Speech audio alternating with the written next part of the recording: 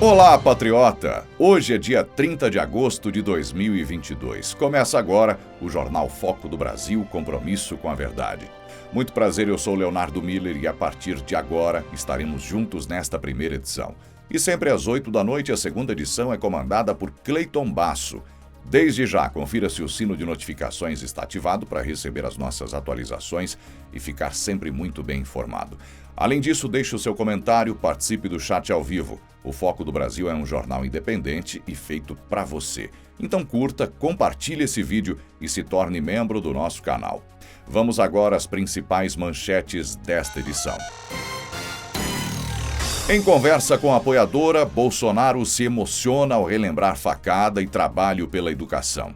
O presidente quase foi às lágrimas com discurso e oração pela proteção dele na campanha presidencial deste ano. Bárbara do Te Atualizei diz que Bolsonaro engoliu Lula no debate. A youtuber criticou também o trabalho do UOL em uma amostragem com apenas 60 pessoas para avaliar o melhor no debate. Alexandre Garcia critica jornalistas querendo aparecer mais que presidenciáveis no debate. O comentarista disse que as perguntas foram muito longas e que alguns tentaram ser ativistas no evento. Congresso Nacional derruba rol taxativo da ANS. A tendência com a decisão é que os preços dos planos de saúde aumentem. Guga Chakra comenta brigas e indiretas com Rodrigo Constantino. O comentarista da Globo falou sobre as tensões que alimenta no Twitter com o comentarista. Nesta terça, o presidente Bolsonaro tem 4 compromissos oficiais divulgados em sua agenda, todos em Brasília. Pela manhã, às 9h30, ele se encontrou com Ciro Nogueira, ministro-chefe da Casa Civil. Agora, no início da tarde, Bolsonaro participa da solenidade de posse do ministro Luiz Felipe Salomão no cargo de Corregedor Nacional de Justiça. Às 3h30, Bolsonaro se encontra novamente com Ciro Nogueira e, na sequência, com Renato de Lima França, subchefe para assuntos jurídicos da Secretaria-Geral da Presidência da República. O presidente conversou com apoiadores no Palácio do Planalto e teve uma surpresa emocionante. Uma apoiadora fez um discurso que tocou Bolsonaro ao relembrar a facada de 2018 e também o seu trabalho pelas crianças na educação. A apoiadora elogiou o trabalho do presidente no homeschooling, modalidade de educação que permite aos pais educarem seus filhos em casa. Bolsonaro quase foi às lágrimas com a fala dela. Veja o trecho em que isso aconteceu. Naquele dia, presidente, foi suspensa a sessão e eu não acreditava no que eu vinha. Tinha uma televisão no chão e tinha 2 funcionários olhando e estupefatos, eles estavam trabalhando e um deles falou assim: se eles queriam destruí-lo, elegeram ele. E eu tive uma convicção no meu espírito que aquilo ali era uma certeza de Deus.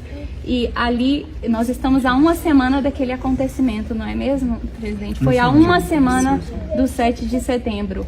E eu orei muito pelo Senhor e eu tive certeza no meu espírito que o Senhor ia ser o presidente do Brasil. E quando o Senhor lançou nos 100 primeiros dias de governo que o homeschooling era uma prioridade do Senhor, isso nos alegrou demais, as famílias educadoras, porque foi a primeira vez que um executivo, depois de muitos anos, a educação inicial estava na nossa Constituição e nós fomos perdendo isso. Ela estava na Constituição de 38, 37. Que tem alunos, pais, mães, né? Sim. Olha pra cá, é uma vergonha a ideologia de gênero pra essa molecada, né? Eu tenho vídeo meu 2010, quando o decreto da PNDH3 é de 2009, do Lula. Falava da desconstrução. Vale a pena esse decreto, pessoal. São 180 itens, né? Desconstrução da heteronormatividade, onde começou a ideologia de gênero. Onde começou a historinha de banheiro, igual. Tá? Nós temos muita gratidão pela sua vida, presidente, por o senhor ter sido uma muralha ali, que segurou. Quando eu comecei a mostrar aquilo, as portas do inferno abriram contra mim. Mas as portas do inferno não prevalecem contra aqueles que há, presidente. Não prevalecerão. Nós oramos por você, nós abençoamos sua vida, nós não queremos ir embora sem te abençoar hoje. Muito obrigada por nos defender, por ser nossa voz, muitas vezes. Ó Deus Jesus, muito obrigada, Senhor, pelo presente que o Senhor nos deu. Amém. Amém. professor adulto aqui, pai, leva a molecada para ver a piscina ali, depois eu vou com os adultos. Levar a molecada, vamos conhecer. Professor adulto. Que mais tem nesse texto? Que mais tem nesse vídeo são textos. A youtuber Bárbara, do canal Te Atualizei, avaliou como muito positiva a participação do presidente Bolsonaro no debate presidencial da Band. Ela criticou, porém, a amostragem baixíssima de 60 pessoas do UOL para uma pesquisa que elegeu Simone Tebet como a melhor participante e o presidente Bolsonaro como o pior. Para ela, uma amostragem dessa é irrelevante. Nesses casos, só determina a opinião que o veículo quer que tenha. A youtuber disse que ficou claro que Bolsonaro engoliu Lula. E é só perceber pelos comentários de alguns apoiadores do próprio petista que se sentiram decepcionados com a atuação do ex-presidente no debate. Veja um trecho do comentário dela. UOL Notícias. Bolsonaro é o pior do debate e Tebet a melhor. Diz Datafolha. Sim, os caras lançaram a carta Datafolha, mas fica bem mais legal que isso. A matéria diz, abre aspas, a candidata à presidência pelo MDB, a senadora Simone Tebet, teve a melhor avaliação no debate presidencial de hoje, segundo pesquisa qualitativa realizada pelo Datafolha com 60 pessoas em tempo real. O presidente Jair Bolsonaro, que tenta a reeleição, foi o pior na avaliação dos participantes. 60 participantes que o Datafolha ouviu. 60. Sensacional. Mas aí o UOL teve a ideia de milhões de ir lá e abrir a sua própria enquete para ver o que o povão tava achando, se o povão tava concordando com o Datafolha. Eram 2h05 da manhã quando eu dei esse print e o resultado tava bem assim. Quem você acha que foi melhor no debate? 103 mil votos. 78% pro Bolsonaro, 8% pra Tebet, 8% pro Nine e 6% para o Ciro. Assim, mas é óbvio que as 60 pessoas ouvidas pelo Datafolha sabem muito mais do que 100 mil pessoas. 60 pessoas representa muito mais que 100 mil, porque são 60 pessoas de qualidade que respondem exatamente o que o veículo quer publicar. Desconfio. Você entendeu? Não entendeu? Mas eu não te julgo, porque diz o Nine que no governo Dilma você vivia num padrão Finlândia. Sim, ele disse exatamente isso. E que a mulher Sapiens caiu por pedaladas, mas que ninguém fala nada das motociatas.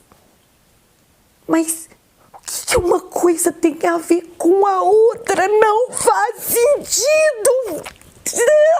Mas eu vou ter que ser justa aqui, já que o Nine, nesse debate, já entrou prejudicado, já que o marido da Fátima e a dona Renata não estavam lá para dar aquela moral num ambiente controlado. Em suas considerações finais, Bolsonaro contou para quem ainda não sabia tudo que estava rolando no Chile, na Argentina, na Nicarágua, na Colômbia, todos com presidentes apoiados pelo descondenado. Disse que o Nine quer voltar para a cena do crime e que foi um absurdo ver o Alckmin cantando a Internal Socialista sem nem ficar vermelho. E essa foi a cara do Nine durante o jantar, onde ele acabou sendo o prato principal. Uma sombra do que já foi consumido pela corrupção, sem argumentos para se defender. A matéria final acabou sendo assim. O Globo, a frustração de aliados com o desempenho de Nine no primeiro debate. Tivemos também seu Chico Graziano, sabe, ex-bolsonarista, sei lá se era, que hoje odeia o presidente mandando a letra. Vamos falar que é a verdade, o Bolsonaro tá engolindo o Nine. E o que mais dói neles é que eles sabem que é a mais pura verdade. Bolsonaro levou sim o debate e ainda fez a datilógrafa entender que jornalista não pode ser militante em debate público tão importante como esse, porque afasta a empatia das pessoas em caso de exposição. E fica aí o lembrete para os próximos, se tiver próximos, né? Porque depois dessa é capaz do Nine não participar de mais nada e ainda pedir sigilo de 100 anos nesse debate, para ninguém mais ver. O jornalista e comentarista Alexandre Garcia criticou o debate na Band em seu comentário diário no YouTube. Para ele, o evento poderia ter sido diferente, com uma atitude melhor dos jornalistas presentes que quiseram aparecer mais do que os entrevistados. Garcia criticou também uma tentativa de ativismo por parte de alguns presentes que se estenderam muito nas perguntas. Em alguns casos, levavam até 40% do tempo de resposta dos presidenciáveis para elaborar as questões. Veja o que ele disse. queria falar um pouquinho já teve uma série de entrevistas numa televisão, teve debates na outra, todo mundo me pergunta, qual é a sua opinião, qual é a sua opinião? Bom, em primeiro lugar, em ambos, eu não vi novidades. O que eu já sabia pela rede social foi debatido lá mais uma vez. Eu me surpreendi ontem, lá na Barra da Tijuca, estava assistindo, cada vez que aparecia um personagem, a barra explodia, gente na janela gritando adjetivos, né? E, bom, eu não estou dizendo nomes aqui para ninguém dizer que estou passando por cima de regras da justiça eleitoral, etc. O que eu lamentei muito nas entrevistas, perguntas longuíssimas, enfadonhas. Eu não sei como o entrevistado ainda sabia o que responder, qual era a pergunta. Em casa eu fica bom, já me perdi. Era uma regra que existia. Perguntas curtas e respostas longas. Pergunta seria 1/10 da resposta. Teve, nessa entrevista, eu medi ali, teve pergunta que foi 40% da resposta. Não faz sentido. No debate, eu tinha ido durante o dia na exposição Van Gogh, lá no Village Mall. Belíssima exposição, muitas luzes se movimentando, aquelas cores vibrantes do Van Gogh, né? Inclusive vindo da loucura dele. E foi o que eu vi no debate, luzes, excesso de luzes. É muita informação visual, meu Deus. E a gente acaba não sabendo onde estão os candidatos. É muita luz. E muito entrevistador, muito apresentador. Eu não sei por que trocavam, apareciam outros, todo mundo queria fazer pergunta. Aí é outra questão também que não gosto de dizer meu tempo, né? Mas quando eu entrevistei presidentes, candidatos à presidência, sérios, a atitude da gente era de serenidade e fisionomia que não mostra nenhuma emoção interna, para não influenciar em nada. Serenidade, não hostilidade, jamais. Né? E outra coisa, a gente não é mais importante que o entrevistado. Isso é aula de primeiro semestre de jornalismo, pelo menos anos atrás. A gente não é artista, a gente não levita, a gente fica humilde, quietinho, porque a gente é só o intermediário para que o nosso entrevistado brilhe, para que a gente ganhe audiência, porque a pessoa veio ver o nosso entrevistado e não nós, né? Eu falava isso para os meus alunos na PUC do Rio Grande do Sul e no CEUB aqui de Brasília. Resultado, eu acho que está muito mais vibrante a campanha nas redes sociais. É o novo comício, o novo palanque. O palanque da rede social, com a vantagem de que o espectador é também participante, é um ativista, é um militante, é um que está gritando, é o que está esbravejando. Tem essa participação. Não. Que a TV não tem. Muito menos o jornal. Enfim. Só um registro aqui. Por isso, eu me surpreendi, a audiência parece que não se alterou nunca. Eu vi uma análise dizendo que a audiência do debate não superou o dia da entrevista de uma candidata na outra emissora. Então, está tudo pequeno.